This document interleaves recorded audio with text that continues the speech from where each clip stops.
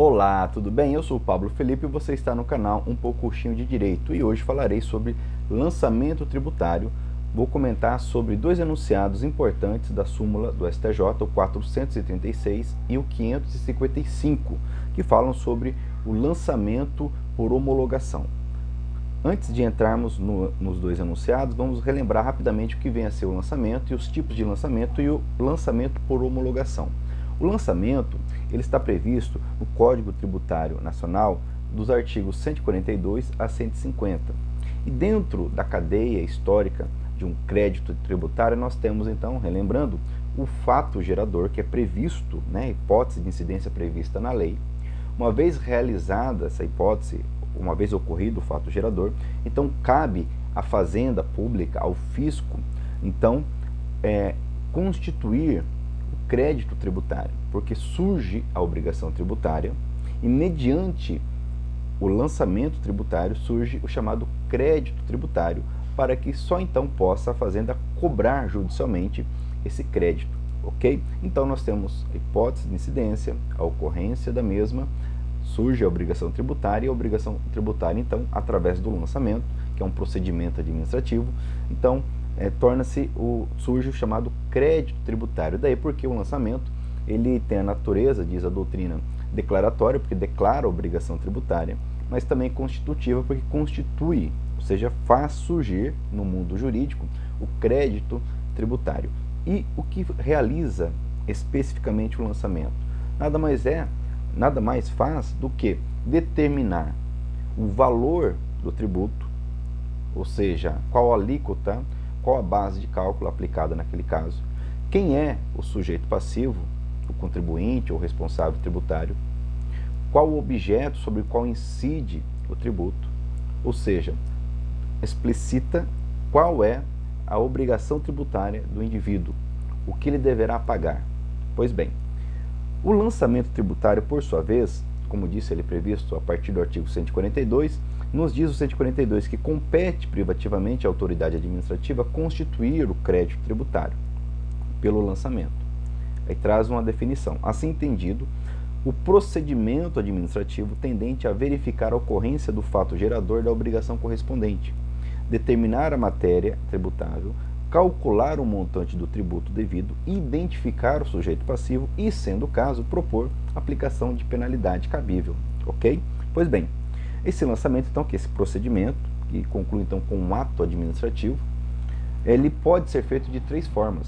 A lei prevê três espécies, o Código Tributário Nacional prevê três espécies de lançamento, e essa classificação, ela decorre da participação, da forma de participação do sujeito passivo no momento do lançamento. Então nós temos previsto um lançamento chamado direto ou de ofício, é quando a Fazenda Pública sozinha, sem nenhum tipo de auxílio do sujeito passivo, realiza então esse procedimento. Mas nós temos também o lançamento por declaração ou misto, que é aquele em que o contribuinte ele participa, ele traz informações conforme a lei determina e o fisco então realiza a homologação.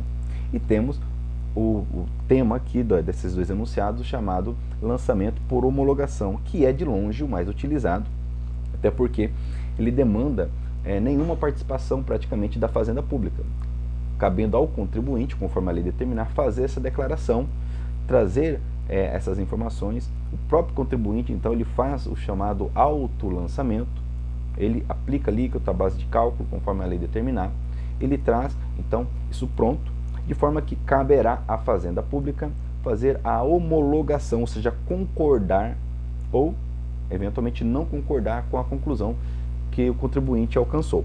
A o lançamento por homologação é previsto no artigo 150, que diz assim: o lançamento por homologação que ocorre quanto aos tributos cuja legislação atribua ao sujeito passivo o dever de antecipar o pagamento sem prévio exame da autoridade administrativa, opera-se pelo ato em que a referida autoridade, tomando conhecimento da atividade assim exercida pelo obrigado, expressamente a homologa. Então nós temos que é uma determinação legal, ou seja, não é qualquer tributo em que cabe esse tipo de lançamento, a não ser quando a lei determina, mas já te adianto que a maioria dos tributos o fisco se utiliza, ele autoriza a homologação por o lançamento, por homologação ou o chamado autolançamento, justamente porque é mais cômodo, é mais prático para o fisco. Então, exemplos aí, imposto de renda, ICMS, ISS, ITR e tantos os outros tributos. Pois bem, dentro desse contexto, vamos entender então aqui por que existem esses dois enunciados, o 436 e o 555. Uma vez que o contribuinte realiza esse lançamento, essa declaração, cabe então ao fisco homologar, concordar ou não. E para isso ele tem um prazo decadencial de 5 anos. Caso ele não atue nesses 5 anos, ele perde o direito de alterar o que o contribuinte fez. Ele perde o direito de realizar essa constituição do crédito tributário. Então diz o parágrafo 4º do artigo 150. Se a lei não fixar prazo à homologação, será ele de 5 anos, a contar da ocorrência do fato gerador. Isso é muito importante. Expirado esse prazo sem que a Fazenda Pública se tenha pronunciado, considera-se homologado o lançamento e definitivamente extinto o crédito, porque o contribuinte ele faz a declaração e paga antecipadamente, ele paga antes do fisco se manifestar. E fica então, conforme diz o parágrafo 1º, o crédito fica extinto sob condição resolutória, porque, como nós sabemos, o fisco tem esse prazo, então, a partir do fato gerador, para homologar ou não.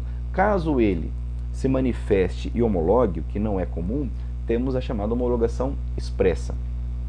Porém, se ele permite que esse prazo decorra sem manifestação, então ocorrerá a homologação tácita e o crédito estará extinto. Então, por exemplo, o indivíduo faz a declaração do imposto de renda. Ok? Então lá no programa aparecerá o montante que ele deve pagar. Ele faz toda a declaração, informa todos os dados necessários, informa o seu patrimônio, enfim. Faz o pagamento corretamente, ok? A Fazenda terá 5 anos para questionar o que ele fez a partir do fato gerador. Caso não realize isso, estará extinto definitivamente esse crédito, ok?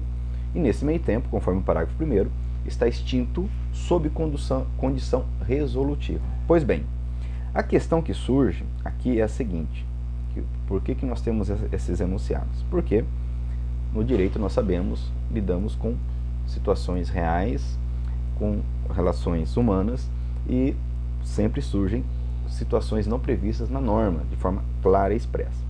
Então, vou trazer aqui algumas situações, onde nós temos, então, que descobrir o termo inicial desse prazo decadencial, ok? Pois bem, então, primeira situação, o contribuinte faz a declaração e faz o pagamento, tudo dentro da normalidade. Então, nós temos aqui que o fisco terá os 5 anos, prazo decadencial de 5 anos, conforme a regra do artigo 150, parágrafo 4º, com termo inicial, o fato gerador.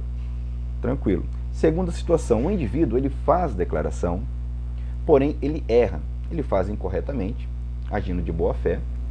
Veremos que se não for de boa fé a regra é outra, mas o indivíduo ele faz então esse levantamento, porém ele erra, comete um erro qualquer e por conta disso paga menos do que deveria. O fisco então também tem esse prazo decadencial de 5 anos para homologar, com a mesma regra do artigo 150, parágrafo 4º, a partir do fato gerador. Não o fazendo, perderá o direito de fazer o chamado lançamento suplementar, ok? Pois bem, terceira situação, e aqui incide, nessa terceira situação, a súmula 436 do STJ. Então, a terceira situação ocorre quando o contribuinte ele faz a declaração, só abrindo um parênteses, quando eu digo aqui declaração, não confunda com lançamento por declaração. Lançamento por declaração ou misto é aquele que o contribuinte ele apenas declara, ele traz informações para o fisco e o fisco realiza o lançamento, ok? No lançamento por homologação, que estamos analisando aqui, que é o mais comum, o contribuinte faz todo o procedimento, cabendo à autoridade tributária, fazendária, homologar ou não, ok? Pois bem, então, na terceira situação, em que incide agora a súmula 436 do STJ, o indivíduo ele faz a declaração, porém não paga. Veja bem, Então, aqui nós temos a seguinte situação: o crédito já está constituído. Uma vez que o contribuinte ele faz essa declaração, ele reconhece que ele deve, porém ele não paga, o crédito já existe. Não há mais que se falar em obrigação apenas, mas o crédito. Olha o que diz a súmula 436, que é do ano de 2010. A entrega de declaração pelo contribuinte reconhecendo o débito fiscal constitui o crédito tributário, dispensada qualquer outra providência por parte do fisco. Então o indivíduo entrega lá a declaração, o documento relativo ao ICMS, relativo àquela mercadoria que foi transportada da fábrica até o consumidor, por exemplo. Ao entregar esse documento, ele reconhece o crédito, ele reconhece a dívida, ele reconhece o débito. Mesmo que ele não pague, não há mais o que a Fazenda realizar, a não ser cobrar esse crédito. Então nós não vamos mais falar aqui em prazo decadencial de 5 anos para constituir o crédito, porque já existe no entendimento do STJ o crédito. Haverá agora o prazo prescricional para cobrar judicialmente este valor.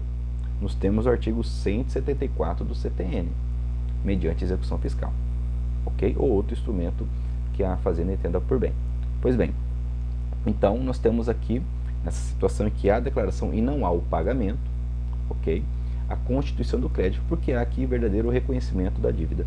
Pois bem, a próxima situação, onde também incide a súmula 436, nos diz, ocorre na seguinte situação: o indivíduo ele realiza a declaração de forma correta, porém ele faz o pagamento a menor do que deveria.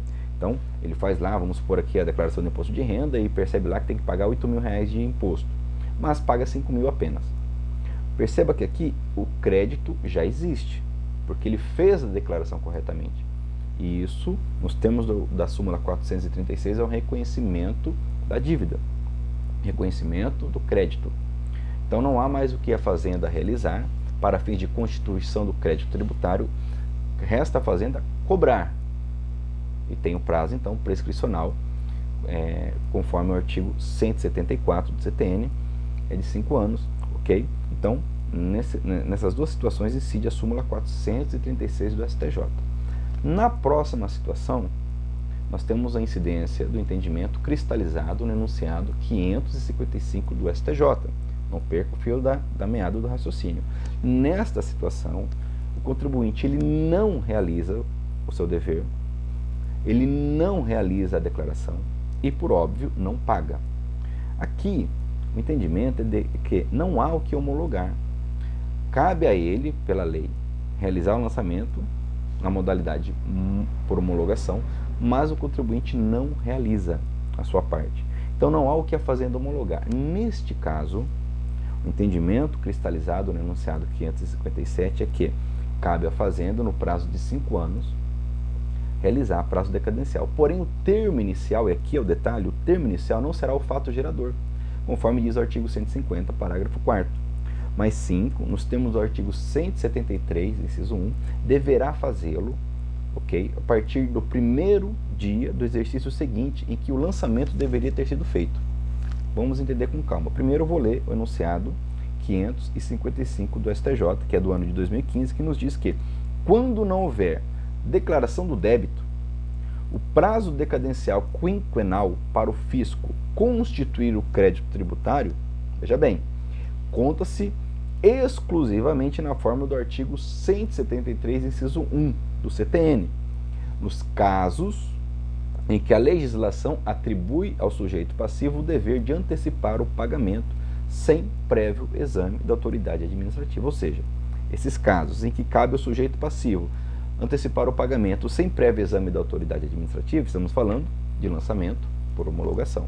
Ele não faz, ele não declara o débito.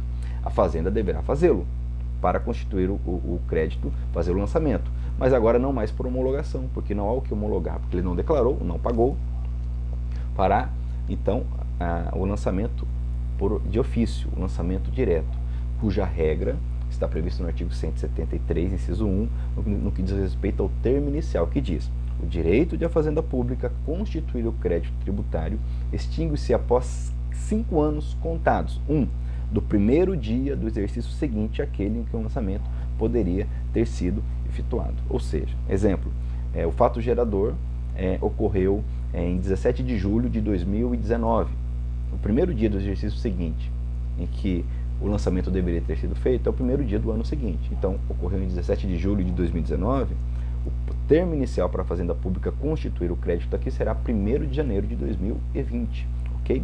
E última situação, para encerrarmos o vídeo, se o indivíduo ele faz essa declaração, mas age com dolo, com fraude, com simulação.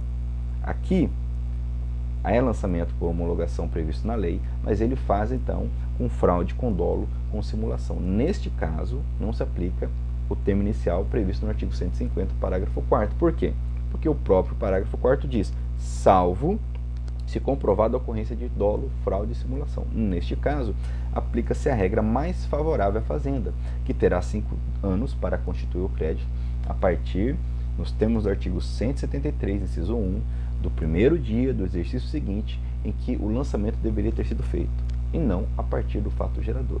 Então, com todas essas hipóteses, nós compreendemos a lógica e o raciocínio jurídico por trás das súmulas 436 e súmula 555 do STJ, ok? Espero que tenha ficado claro, que isso tenha trazido luz nesse tema tão importante, lançamento tributário, constituição do crédito tributário e, como foi dito, o lançamento por homologação é o mais comum utilizado em nosso ordenamento.